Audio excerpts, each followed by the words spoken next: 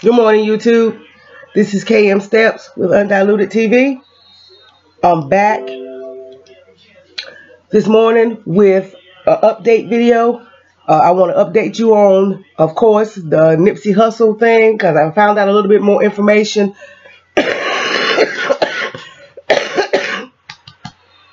Excuse me, y'all. I've been struggling with a cold for a minute now. I found out a little bit more information about this mysterious woman that was driving the getaway car that was able to turn herself in and then just walk away. I found out a little bit more information about her. I found out how TMZ was able to identify her and get in contact with her. Well, even they didn't identify her. They were just able to get in contact with her.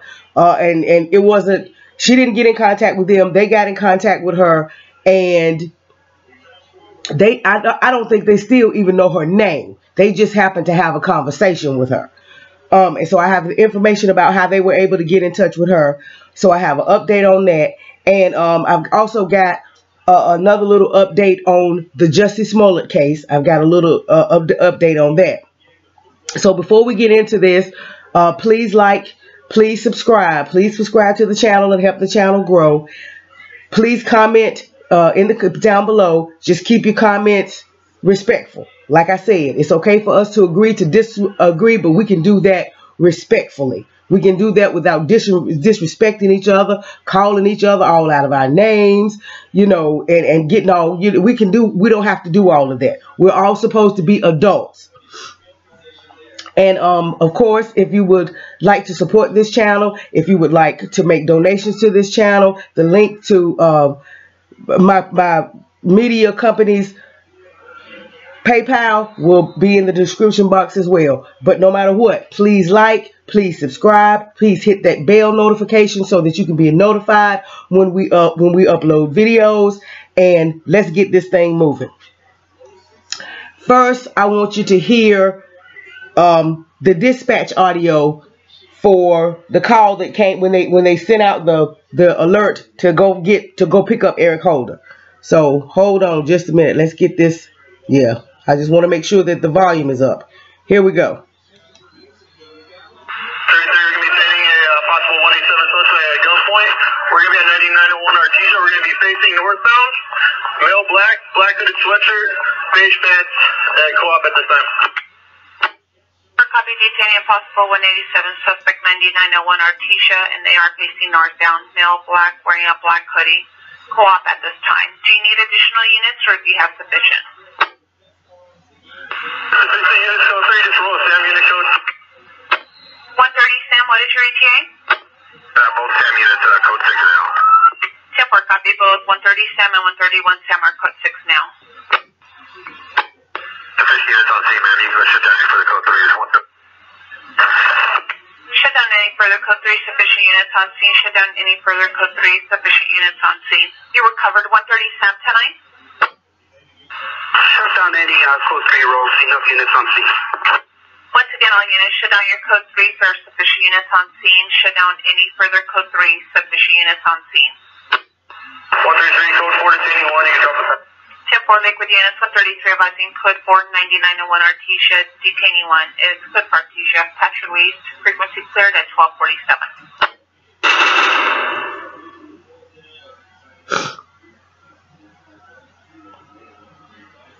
That's it. That's the audio of the dispatch call when they were going in to get Eric Holder yesterday. When they were going in to pick him up, as you heard, they said that the time was 12:47, and as we reported yesterday, they said they actually got him about 12:53 yesterday. So yeah, that was the audio of that. Now I want to move on so that we can talk a little bit about what TMZ had to say about this woman, because she's still unidentified.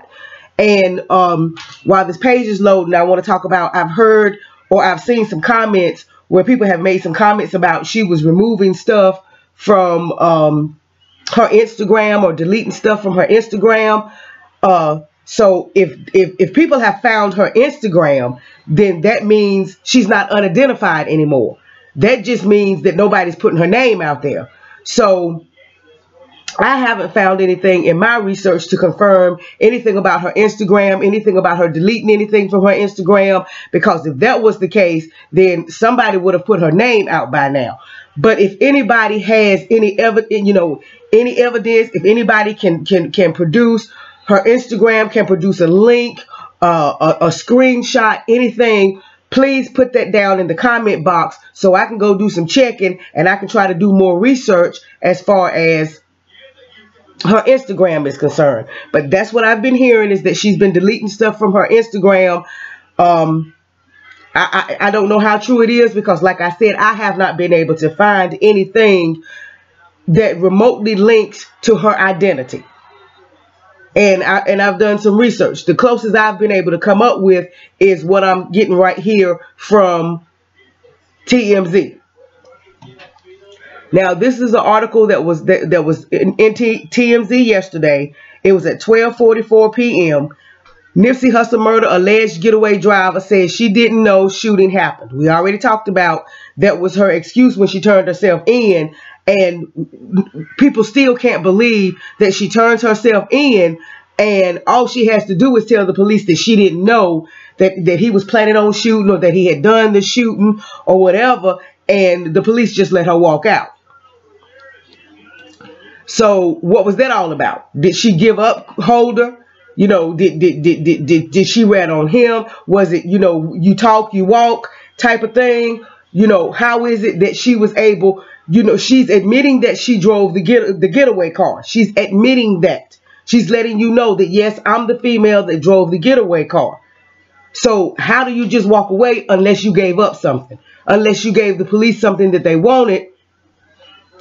Or is there another connection? And that's still an unanswered question. That's still a question that has to be answered.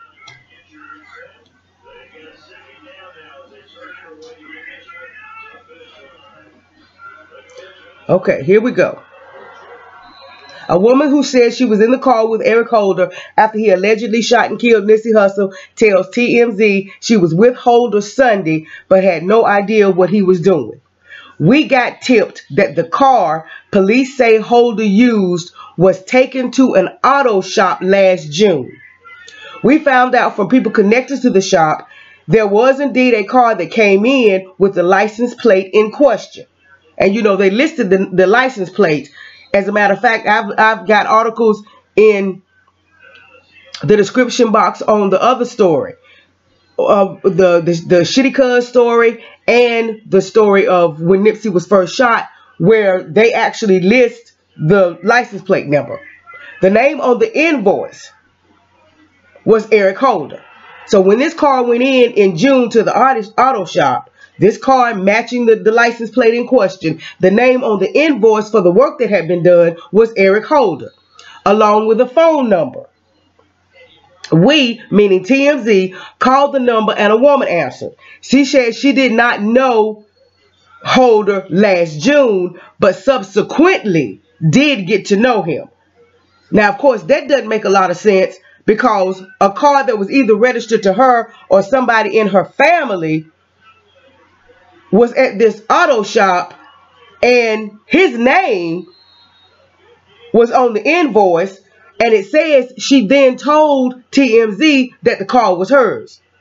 So if the car is yours, it's in the auto shop in June with Eric Holder's name on it, but then you're going to turn around and say that you didn't know Eric Holder back in June. You didn't know him at the time that the car was in the auto shop with his name on the invoice, and it's your car, but you didn't know him? Come on, y'all.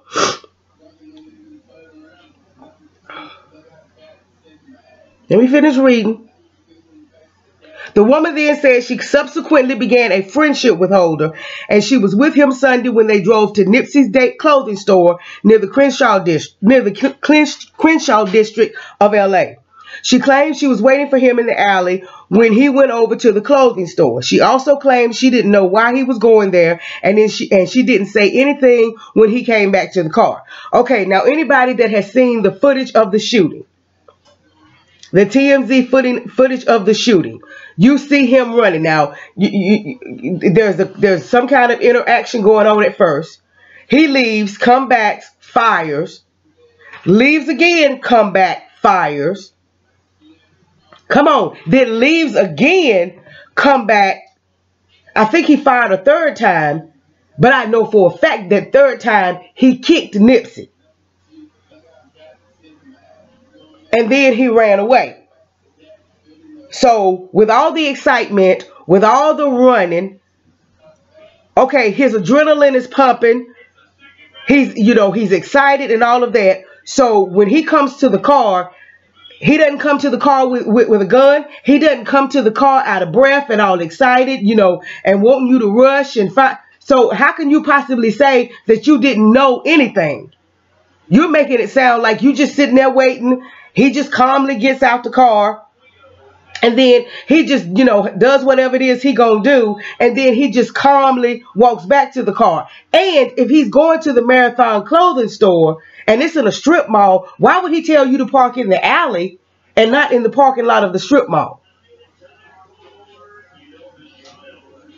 Why would he tell you to park in the alley?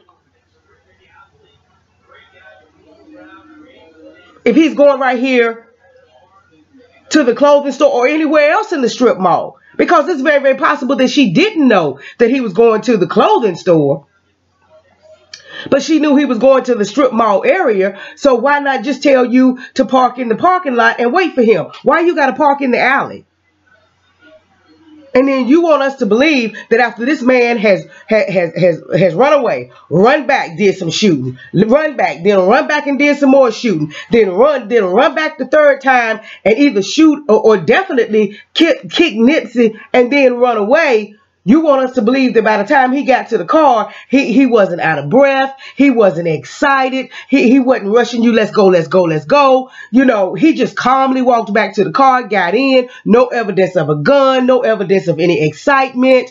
You know what I'm saying? Like I said, you didn't hear any of the shots. You don't hear people screaming because it had to be pandemonium out there by this time. We see it. We see people running everywhere when the shots start being fired. We see it on the tape. So okay, but you didn't know anything. All right, let's get back to this. We are in no way vouching for the veracity of her version of Sunday's events. It's just what she said on the phone. The woman told us she was going to call police to clear her name. We contacted detectives on the case who said they had not yet received such a call. This was before she turned herself in. The woman hung up on us before answering additional questions like, where is Holder now? So we know that she did subsequently call the police, whether she called them or whether she just walked in and turned herself in. We know that she turned herself in. They questioned her for a while. We don't know exactly the length of how long they questioned her, but the bottom line is, after the questioning, they let her go. So we've already got her, if what TMZ is reporting is true, and she actually said this to them, we already have her in one lie. Well, two lies. The first lie is that she didn't know him back in June when the car was in the auto shop, but she's admitting the car was hers, and his name is on the invoice for whatever work was being done on the car. That makes no sense. And lie number two is there's just no way that you didn't know something was up. There's no way you didn't know something was up. But as far as I can see, this woman still remains unidentified, unnamed. I won't say unidentified because there are people who know who she is.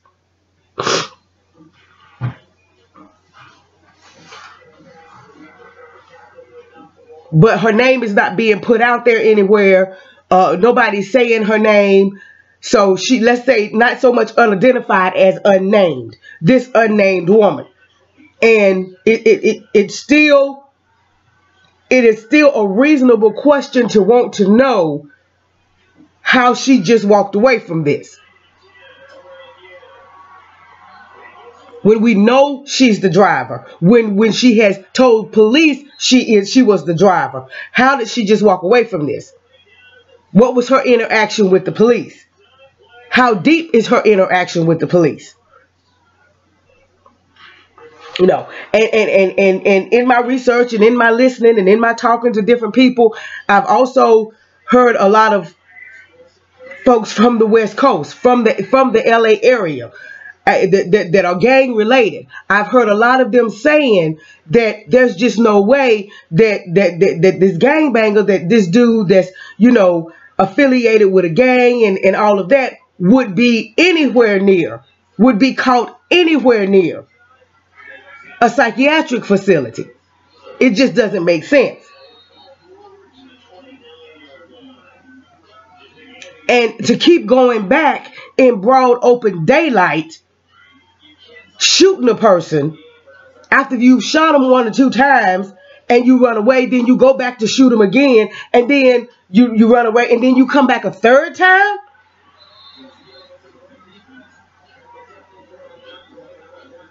Just to make sure that this person is dead. And I think they're saying, I'm not sure, but I think they're saying that last time he went back was the shot in the head. And I know definitely for a fact I saw he kicked him before he ran away that last time. And from what I'm hearing from LA, from the street, is that that's just not the way it goes down. You know. Now, yes. You know, do we believe that this man had an issue with Nipsey? Sure. He could be a hater. But the thing that everybody keeps forgetting is that this guy was also a snitch. He was a well-known snitch. He was also an informant. He had a relationship with law enforcement. The only question is, how deep did that relationship go?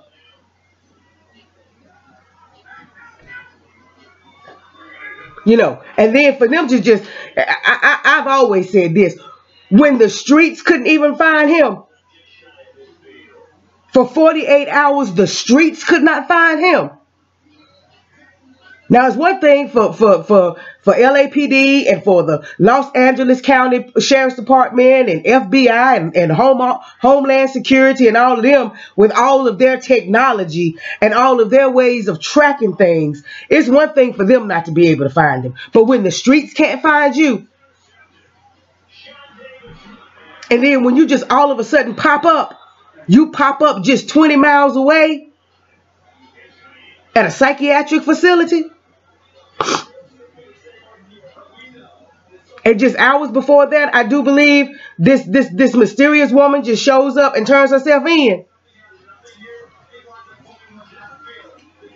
But that's the update. They are saying that the way TMZ got in touch with her, the way that they were able to talk to her and call her, was because this car with this license plate number showed up at an auto shop in June with Eric Holder's name on the invoice and a telephone number. They called the telephone number. This woman answered the phone, and they proceeded to question her. She claims that she did not know him in June. Yes, it was her car. Yes, it was in the body shop, but she didn't know him, even though his name was on the invoice.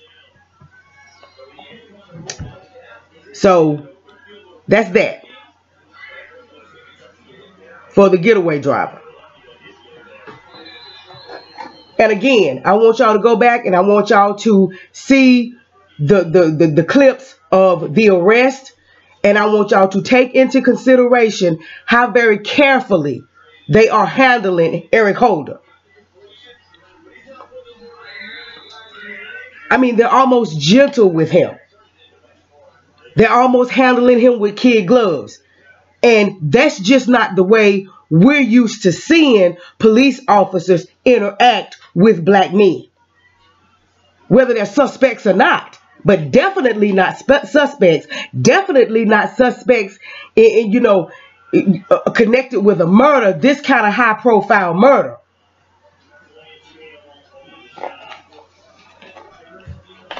So, like I said, more questions than answers.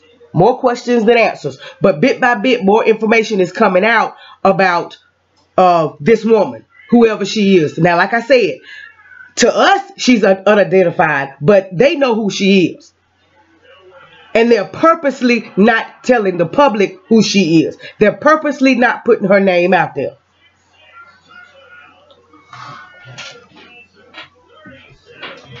And I'm not going to say that they're not doing it because they're trying to protect her. I'm not going to say that they're not doing it because, you know, they want to keep down the violence and all of that in LA. No. They would like nothing more than for LA to erupt in violence right now. Then that would give them every opportunity to step in and take control, to bring in the National Guard, to bring in the government, maybe to declare martial law, that whole type of thing.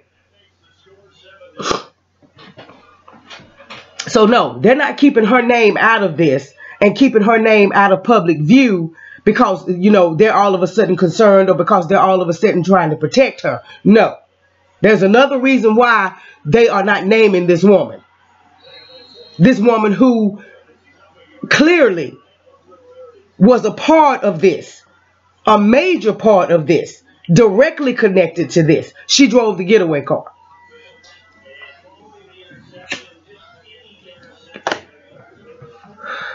For those of you who want to just believe, you know, it was a case of jealousy or just some dusty dude hating on another dude or whatever, excuse me, you have to ask yourself that question. Why are they being so careful with her? Why are they not putting her name out there? And like I said, it's not because they're trying to protect her. And it's not because they're trying to keep down violence in LA. There is no violence in LA right now. Everybody is being cool. Everybody is being calm. Because most people realize there's more to this than meets the eye. And they realize that this whole thing is starting to look more and more and more like a major setup. So ask yourself, what's so important about this woman that they're doing everything to keep her from being named? Nobody, even the media sources outside of mainstream media, if they know her name, they're not naming her. So that's the reason why I'm having a kind of hard time, you know, believing that people actually know where her Instagram is. You know enough to know that she's been deleting stuff, pictures and stuff like that from her Instagram. Because if that was the case, by now somebody would have slipped up her name. Somebody would have leaked it by now. But again, if anybody does know, if anybody has any evidence, any proof, any receipts about her Instagram, pictures being deleted or whatever, please link that down in the comments so that I can do some deeper research on it, because so far I haven't been able to find anything as far as her name, her Instagram, her Twitter, anything like that, any of her social media. I wouldn't even know where to look because I don't have a name to go by. Right. But that's that on that. Now, I think it was one more thing that I wanted to read to y'all. Hold on. Let me find it. It's you know, it takes a minute for my articles to come up. For my articles to load. But again, they'll all be linked in the description box. But yeah, that's how TMZ was able to get in contact. That's how they were able to find her.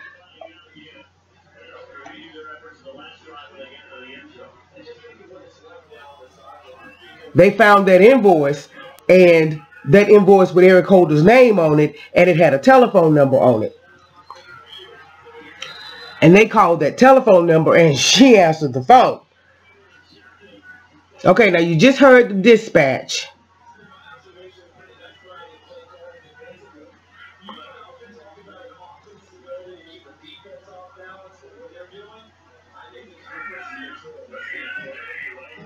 Okay, this was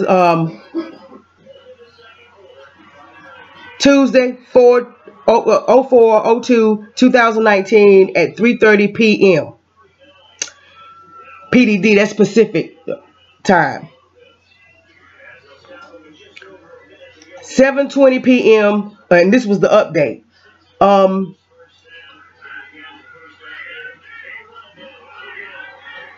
The woman who drove the getaway car spoke with LAPD detectives Tuesday and was allowed to go free. Law enforcement sources tell TMZ. We've learned the woman went to cops Tuesday, and after interviewing her, they let her leave. Our sources say the woman could be arrested and or charged at some point in the future. Our sources connected to the case tell us sometimes you have to give a little to get a lot. Translation: if she talks, she walks.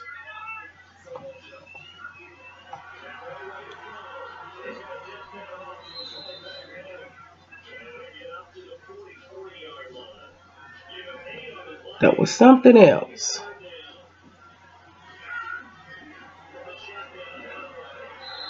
Hold on, there was something else in this.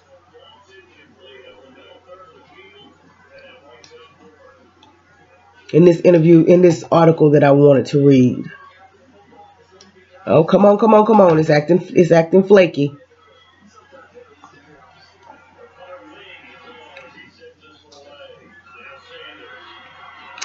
Oh, here it is.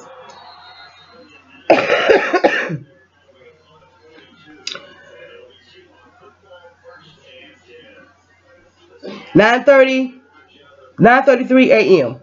The LAPD's pressure just wrapped, and a number of details in the Nipsey murder case were revealed. One of the most intriguing was an email that either Nipsey himself or someone at Rock Nation sent to LA Police Commissioner Steve Soboroff, which he read publicly. As we reported, Nipsey wanted to get together with the police to work on ways to prevent gang violence in his neighborhood.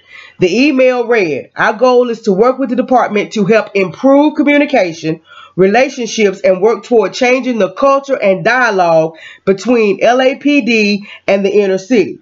We want to hear about your new program and your goals for the department, as well as how we can help stop gang violence." Now, that was supposedly an email that was sent to the police commissioner from either Nipsey or somebody at Rock Nation. Several says the meeting will happen in honor of Nipsey whenever his family and Rock Nation are ready to do it. LAPD Police Chief Michael Moore says he doesn't believe Nipsey's murder, allegedly carried out at the hands of Eric Holder, was gang related per se, in that it wasn't a conflict between rival gangs.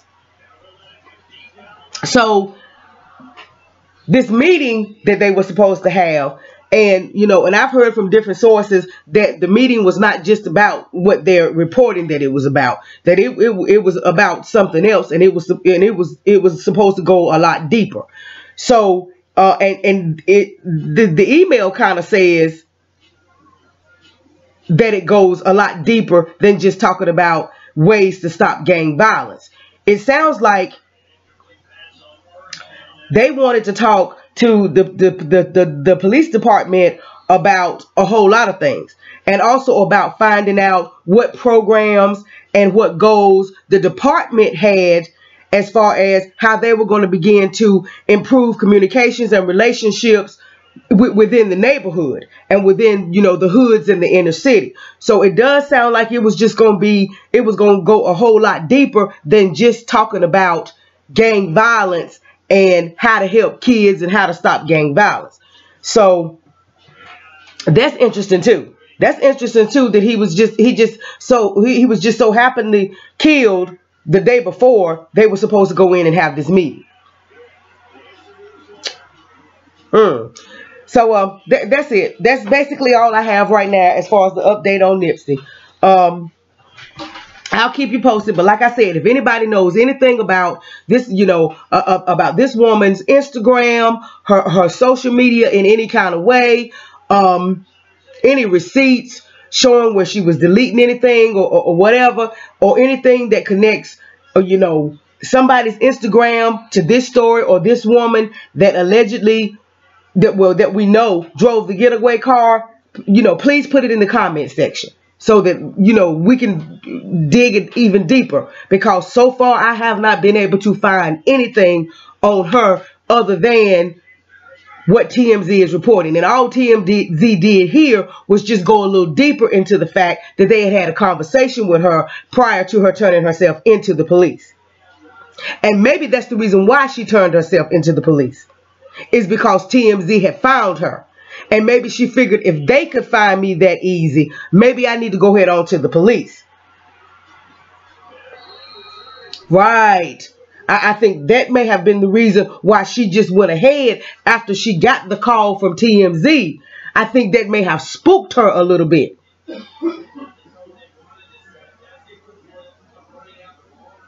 And she knew, okay, if TMZ could, you know, put the pieces of the puzzle together and find me this quickly, then maybe other people could too. So maybe that's the reason why she went on to the police not long after she had this conversation with TMZ. Think about that too.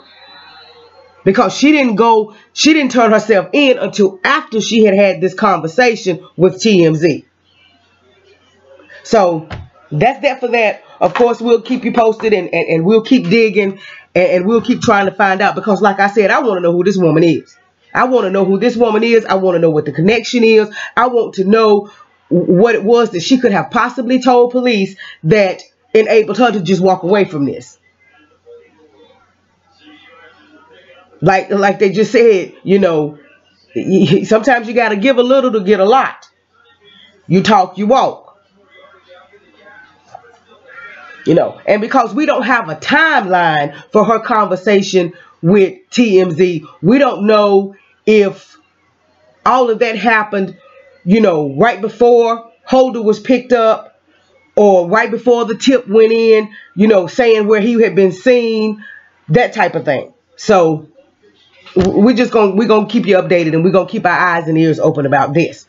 Now let's move on to this little tidbit in the Jussie Smollett case, because I've done two videos on Jussie. The first one was just to talk about the charges being dropped. The second one went in even deeper, talking about, you know, how the charges were dropped, how we felt like some of the charges had been dropped, you know, commentary on what we felt like was really going on, some facts. And I believe at the end of that video, I started talking about how it was kind of shaping up that the Osundaro brothers, those two brothers, were going to end up somehow being pawns in this, or they were going to try to blame all of this on them and shift all the blame over to them. And yeah, that's what I'm finding out. I'm finding out that that's exactly what Jussie's attorneys are trying to do. That's the narrative that they're trying to create. That's the story that they're trying to shape and create, and they're giving you little bits and pieces of it, because you have to remember, the FBI and the Justice Department are still investigating this. So Jussie may very well find himself, you know, back in heat, or having to testify, or in court, or whatever. But this is going to be real interesting. And I already mentioned it. So this was just maybe about 6-7 days ago, this interview right here. And it's in 2Fab. Jussie Smollett's attorney claims Osundaro brothers may have been wearing whiteface in attack. Now remember, I put that out there, that was the claim that was being made.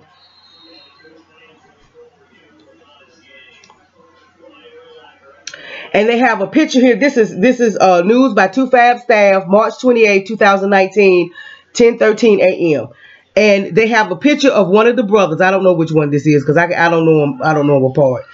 I'm sure it's gonna tell it in a minute. They have a picture of one of the brothers, as the famous picture that we've seen now of them, you know, all shirtless and bulked up, you know, standing up on a hill with all the greenery surrounding them. And then right beside it, they have another picture of one of the brothers with some white makeup on his face and some red stuff on his lips, like the Joker.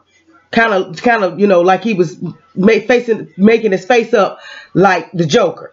And if you look, you can see very clearly that this white paint or face makeup or whatever he's using is not covering him up good at all. There's just no way that you can look at him under any circumstances and think that this is a white dude. But anyway, I think police had minimal investigation in this case, Gladian says. Justice Smollett's attorney, Tina Gladian, claimed whiteface may have been used to disguise the identities of the Orsendero brothers. The lawyer joined Savannah Guthrie on the Today Show Thursday to discuss the drop charges against her client. Guthrie went hard with her questions, focusing primarily on the details of Smollett's account that seemingly contradicted law enforcement's findings. Following the incident on January 29th, the Empire Star told officers that he was certain his attackers were white males in MAGA hats, which CPD later claimed was false. Okay. And of course, we remember that infamous interview he did with Robin Roberts, where he said that he didn't have any doubt in his mind that that was them. He never did. The picture of the steal of the two brothers. When speaking to Guthrie, Gladian asserted the Nigerian brothers, who police accused Smollett of hiring to orchestrate a fake assault and are believed to be the men pictured in security footage, could have been in disguise. He only saw one of the attackers, the attorney said. One of them he didn't see. He saw one through a ski mask. Again, he could not see their body. Everything was covered, and he had a full ski mask on except the area around the eyes. He did tell police that he, from what we saw, he thought it was pale skin or white or pale skin, was I think what he said. And that was what he, and that's why he initially did have a hard time. Now, that's how hard a time she had trying to get it all together.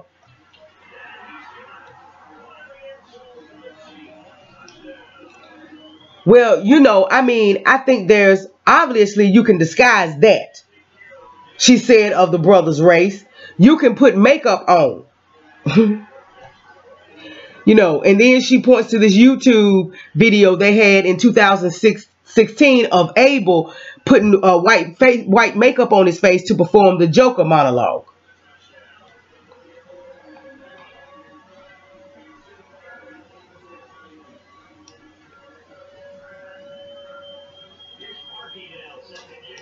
When Guthrie asked why Smollett did not recognize the Orsendero's voices after allegedly just having hung up the phone with them just moments before this whole attack took place. Just moments before this attack took place, they have the conversation.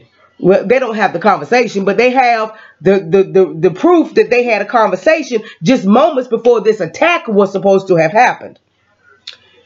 Gladian said, I mean, this was a very brief interaction. Before you can even process what they look like, you've been punched in the face, and now next thing you're on the floor and you're being kicked. And so this isn't somebody who's digesting what's happening. I mean, there's excitement and fear and all of these things happening. Now these are supposed to be, this is his lawyer. Let's listen to this little clip. This is a clip of her interview. His lawyer, Gladian, her interview on the Today Show.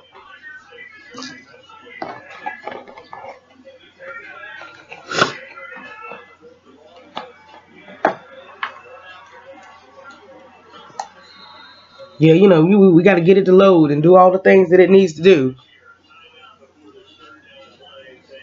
So let's see what she has to say.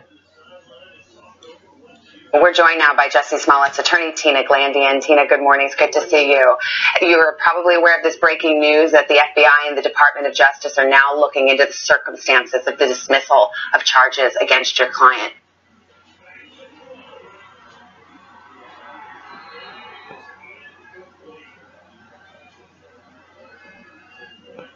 That's my computer, y'all.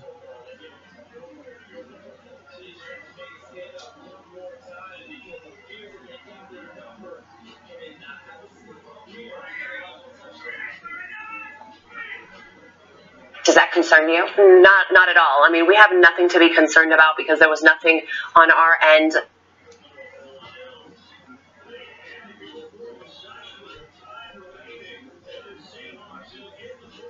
To request this, to do anything improper, and to my knowledge, nothing improper was done. Well, let's talk about it, because people look at this, they think this is a good deal for your client. Some people think it's a sweetheart deal, and it's a bit suspicious. So let's see if we can clear things up. To your knowledge, since February 20th, when Jussie Smollett was initially charged, did he, his family, friends, associates, did anyone reach out to anyone in the state's attorney's office on his behalf? I can't speak to what other people did. I certainly don't know what all of those individuals did, but not to my knowledge, not at our direction. And I just don't think that had nothing to do with why prosecutors discussed dismissing the case. You don't know of any contact by, say, friends in high places, as has been suggested? No. Do you know that Kim Fox, the state's attorney who we just saw there, she recused herself. Right. Do you know of any contact that you, the lawyers, or anyone on Jussie Smollett's behalf had with Kim Fox since she recused? No. There was no involvement, as far as you know, with Kim Fox and the decision to dismiss these charges? No, the discussions were strictly with the prosecutors who were actually handling the case. Now, the prosecutor's office says that the charges were dropped in exchange for your client's agreement to forfeit $10,000 that he had paid in a bond and to do community service. Is that correct? Were those conditions on his dismissal of charges? There were no conditions, and there was no Obviously, there was no plea. There was no agreement in place. They did want him to forfeit the bond, and that's something that we discussed with him, and he initially struggled with because he didn't want the perception to be that he had done anything wrong. But at the end of the day, forfeiting $10,000 versus putting your life on hold for a year was a small cost to pay. But to be clear, because the prosecutors are now trying to say, well, there were conditions. This wasn't a get-out-of-jail-free card. You're saying he chose to forfeit that bond essentially voluntarily. Yeah, they had asked if he would do that, and we advised him that he should do that because it was going to cost him almost, multiples of that number to go to trial. What about the community service aspect? Let's go a little bit deeper. Character, and again, you can find out from multiple sources that this is what he's done for years and years and years. There are things that he chose to do because that's his character, and again, you can find out from multiple sources. Are things that he chose to do because that's his character, and again, you can find out from multiple sources that this is what he's done for years and years and years with multiple organizations. Let's talk about some of the facts here. Sure. Okay, let's go a little. Let's take this a little bit down some and see if we can find out if she says and I don't want to go on record right now and give my own theory of the case, but I do have a theory, but it is speculation. They didn't get money, right? I'm sorry? They didn't steal money from him. They did not. No. They didn't take a phone. No. Not a car? No. There was no theft. It was nothing short of pretty much the brief interaction that you've heard of. Was it just coincidence, or, if you're the Osundairo brothers, luck, that they happened to run across him in his neighborhood at 2 a.m.? Neither. So they knew he was going to be in his neighborhood at 2 a.m. So he had hired Abel, as we've said, for training and nutrition. They were in regular communication. Jussie was on his way back to Chicago from New York that night, and he was in constant communication with Abel via text and phone call because they were supposed to train that evening, and he was delayed for 4 hours. He spoke to them about an hour, 15 minutes before this attack. Correct. Then he walks out of his apartment at 2 a.m., and lo and behold, there are these brothers waiting to attack him. Right. They knew he was... Did he tell them, I'll be leaving the house here at 2 a.m.? So what happened is he spoke to Abel. They were supposed to train. He was delayed for 4 hours, and initially he told him, we'll still train when I get in. It's going to be a little late. When it turned out to be a 4-hour delay and he was getting in after midnight, he obviously told him, we're not going to train any longer.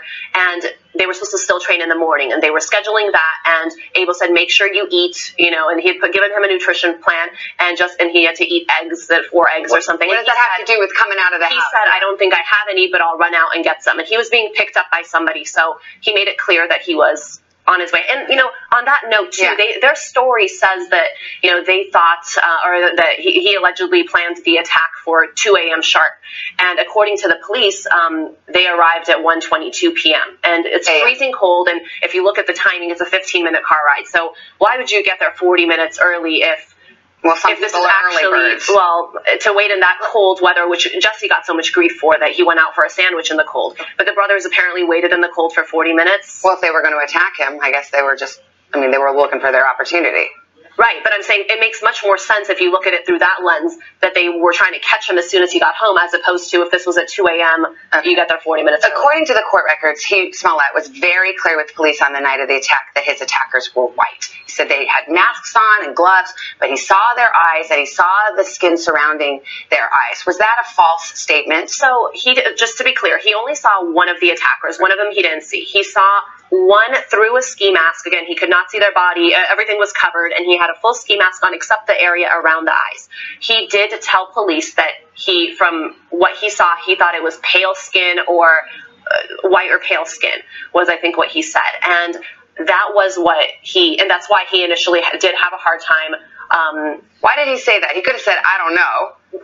He could have, but this, again, he's being truthful. But if it's the Osendyro brothers, what are the chances that that's the case, that he saw somebody with light skin? Well, you know, I mean, I think there's, obviously you can disguise that. You could put makeup on. There is actually, interestingly enough, a video. You know, I think police did minimal investigation in this case. It took me all of 5 minutes to Google. You know, I was looking up the brothers, and one of the first videos that showed up actually was one of the brothers in whiteface doing a Joker monologue with white makeup on. And so it's not implausible. Couple quick things. He said that these individuals were yelling at him these homophobic and racist smears. Why didn't he recognize their voices? He had literally just hung up with one of them. Sure. I mean, people say this as if this is a regular interaction. I mean, if you're walking in the street and somebody screams, you turn around, and before you can even process what they look like, you've been punched in the face, and now next thing you're on the floor and you're being kicked. I mean, okay, that's that little clip from the interview that his lawyer did on the Today Show, and of course this article will be linked in the comment section, and you can listen to the whole interview if you want to. I have one question. Why was she researching the brothers? Why was she, you know,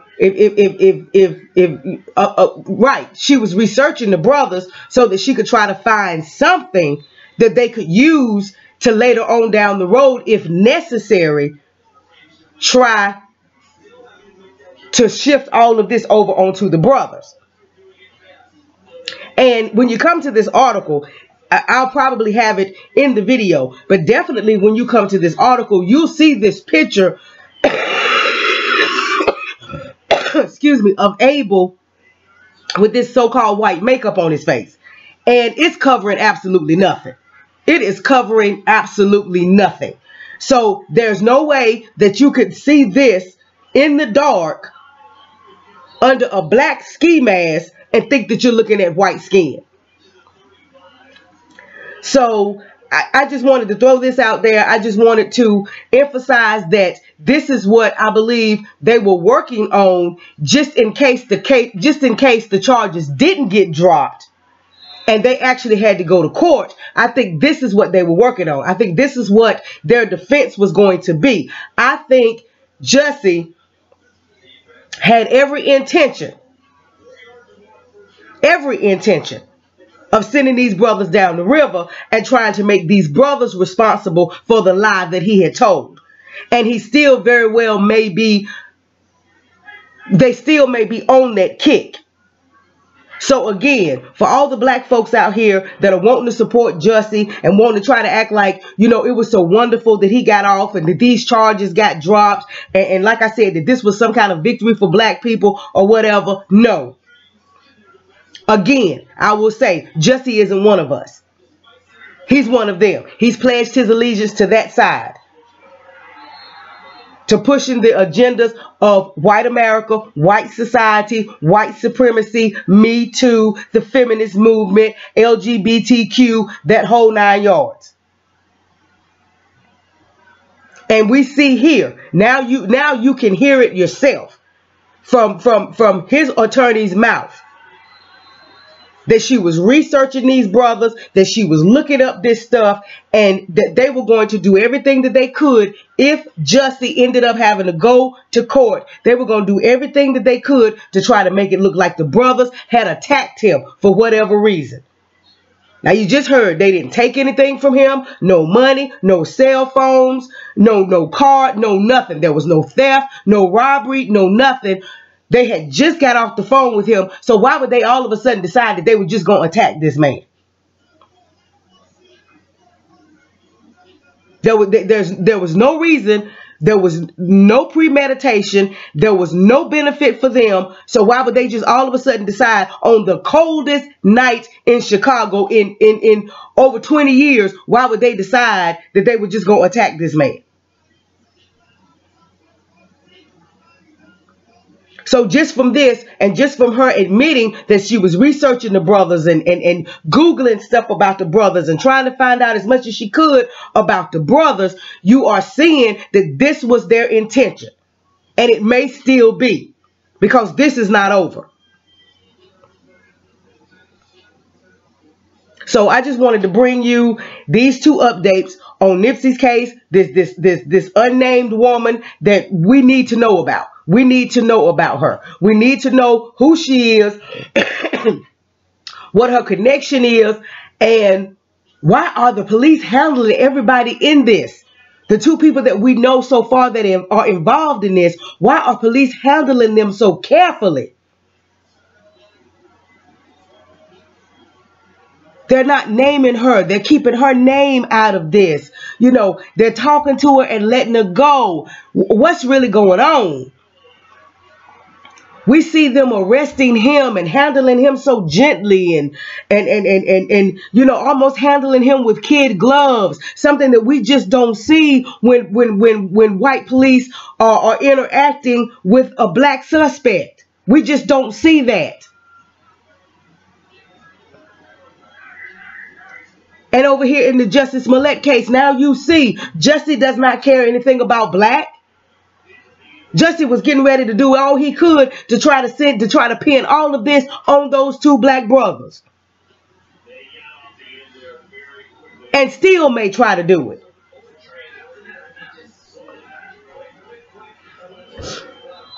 So I just wanted to send you these updates. Just wanted to let you know what's going on. Just wanted to let you know what to look forward to so that it won't be a shock to you. It won't be a surprise to you when you find out some things. And when you find out that the so-called conspiracy theorists are closer to the truth than you could imagine. So y'all have a good morning. I'll see you soon. I'll be coming to you with some new stuff. Remember to like, remember to comment, keep it respectful. Remember to subscribe. Remember to hit that bell notification. Remember to donate if you feel like donating. The link to donate is it will be in the description box as well. All of these articles will be in the description box. Go listen to this whole interview. Go see this picture of this brother they're supposed to have on this white face paint. They're supposed to make him look like he's white. Come on now. But go check all of this stuff out. I'll be back with you soon, and y'all have a good day.